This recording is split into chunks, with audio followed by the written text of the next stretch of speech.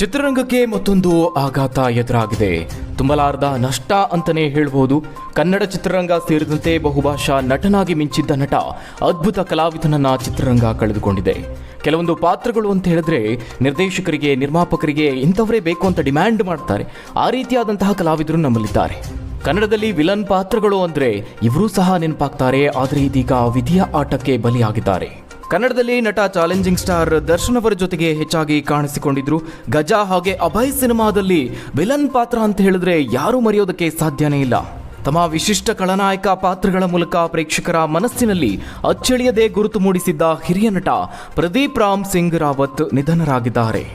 ಕ್ಯಾನ್ಸರ್ನಿಂದ ಬಳಲ್ತಾ ಇದ್ದ ಪ್ರದೀಪ್ ರಾವತ್ ಅವರು ಚಿಕಿತ್ಸೆ ಫಲಕಾರಿಯಾಗದೆ ಕೊನೆಯುಸಿರೆಳೆದಿದ್ದಾರೆ.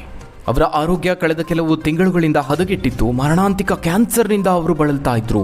ಕಳೆದ 1 ತಿಂಗಳಿಂದ ಅವರು ಆಸ್ಪತ್ರೆಯಲ್ಲಿ ಚಿಕಿತ್ಸೆಯನ್ನು ಪಡಿತಾ ಇದ್ರು.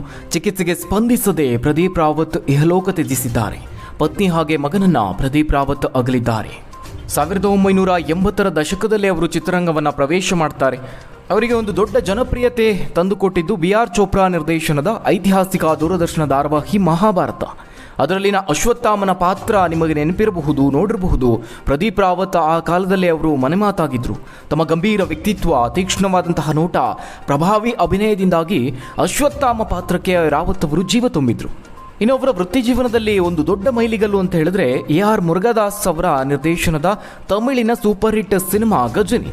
ಈ ಚಿತ್ರದಲ್ಲಿ ಪ್ರದೀಪ್ ರಾವತ್ ಅವರ ಖಳನಾಯಕನ ಪಾತ್ರ ಇದೆಯಲ್ಲ, ಇಡೀ ದೇಶದಲ್ಲೇ ಮನೆ ಮಾತಾಗ್ತಾರೆ. ಅಪಾರವಾದಂತಹ ಮೆಚ್ಚುಗೆಯನ್ನು ಗಳಿಸ್ತಾರೆ. ಗಜನಿ ಚಿತ್ರದ ಹಿಂದಿ ರೀಮೇಕ್ನಲ್ಲೂ ಅದೇ ಪಾತ್ರವನ್ನು ಪ್ರದೀಪ್ ರಾವತ್ ನಿರ್ವಹಿಸ್ತಾರೆ. ಇನ್ನು 2001ರಲ್ಲಿ ಬಿಡುಗಡೆಯಾದ ಆಸ್ಕರ್ ನಾಮನಿರ್ದೇಶಿತ ಲಗಾನ್ ಚಿತ್ರದಲ್ಲೂ ಪ್ರದೀಪ್ ರಾವತ್ ಪ್ರಮುಖ ಪಾತ್ರದಲ್ಲಿ ಅಭಿನಯಿಸಿದರು. ಈ ಸಿನಿಮಾದಲ್ಲಿ ದೇವ್ ಸಿಂಗ್ ಪಾತ್ರದ ಮೂಲಕ ತಮ್ಮ ಅಭಿನಯ ಸಾಮರ್ಥ್ಯವನ್ನು ಸಾಬೀತುಪಡಿಸಿದರು. 2004ರಲ್ಲಿ ನಿರ್ದೇಶಕ SS ರಾಜಮೌಳಿ ಅವರ ಸೈ ಚಿತ್ರದ ಮೂಲಕ ತೆಲುಗು ಚಿತ್ರರಂಗವನ್ನು ಪ್ರವೇಶ ಮಾಡ್ತಾರೆ. ಭಿಕ್ಷು ಯಾದವ್ ಪಾತ್ರದಲ್ಲಿ ಅಭಿನಯಿಸಿ ಭಾರೀ ಜನಪ್ರಿಯತೆಯನ್ನು ಗಳಿಸ್ತಾರೆ. ಇದಾದ ನಂತರದಲ್ಲಿ ತೆಲುಗು, ತಮಿಳು, ಕನ್ನಡ, ಮಲಯಾಳಂ ಎಲ್ಲ ದಕ್ಷಿಣ ಭಾರತದ ಭಾಷೆಗಳಲ್ಲಿ ಅಭಿನಯಿಸಿ ಬಹುಬೇಡಿಕೆಯ ನಟರಾಗ್ತಾರೆ.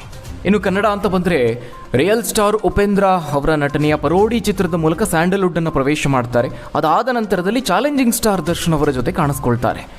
ದರ್ಶನ್ ಅವರ ಅಭಿನಯದ ಗಜ ಹಾಗೆ ಅಭಯ್ ಸಿನಿಮಾದಲ್ಲಿ ಖಳನಾಯಕನ ಪಾತ್ರ, ಆ ರಗಡ್ ಪಾತ್ರದಲ್ಲಿ, ಖಡಕ್ ಪಾತ್ರದಲ್ಲಿ ಮಿಂಚಿದ್ದು ಇದೇ ಪ್ರದೀಪ್ ರಾವತ್ ಅವರು. ಕಿಚ್ಚ ಸುದೀಪ್ ಅವರ ನಟನೆಯ ಬಚ್ಚನ್ ಸಿನಿಮಾದಲ್ಲೂ ಅವರು ಅಬ್ಬರಿಸಿದ್ರು. ಇನ್ನು ಎಲೆಕ್ಷನ್, ಶಿವಲಿಂಗ ಮುಂತಾದ ಕನ್ನಡ ಸಿನಿಮಾಗಳಲ್ಲಿ ರಾವತ್ ಅವರು ಅಭಿನಯಿಸಿದ್ರು. ಕಳೆದ 4 ದಶಕಗಳ ಕಾಲ ಭಾರತೀಯ ಸಿನಿಪ್ರಿಯರನ್ನು ರಂಜಿಸಿದ ಪ್ರದೀಪ್ ರಾವತ್ ಈಗ ನೆನಪು ಮಾತ್ರ. ಇನ್ನು ತೆರೆಯ ಮೇಲೆ ಆ ಕಠೋರವಾದಂತಹ ರಗಡ್ ಪಾತ್ರಗಳಲ್ಲಿ ಕಾಣಿಸ್ಕೊಳ್ತಾ ಇದ್ರು. ಆದರೆ ನಿಜ ಜೀವನದಲ್ಲಿ ಅತ್ಯಂತ ಸರಳ ಹಾಗೆ ಮೃದು ಸ್ವಭಾವದ ವ್ಯಕ್ತಿಯಾಗಿದ್ದರು. ಸದ್ಯ ಅವರ ಅಗಲಿಕೆಗೆ ಕನ್ನಡ ಚಿತ್ರರಂಗ ಸೇರಿದಂತೆ ಭಾರತದ ಬೇರೆ ಬೇರೆ ಚಿತ್ರರಂಗದ ಗಣ್ಯರು ಸಂತಾಪವನ್ನು ವ್ಯಕ್ತಪಡಿಸ್ತಾ ಇದ್ದಾರೆ.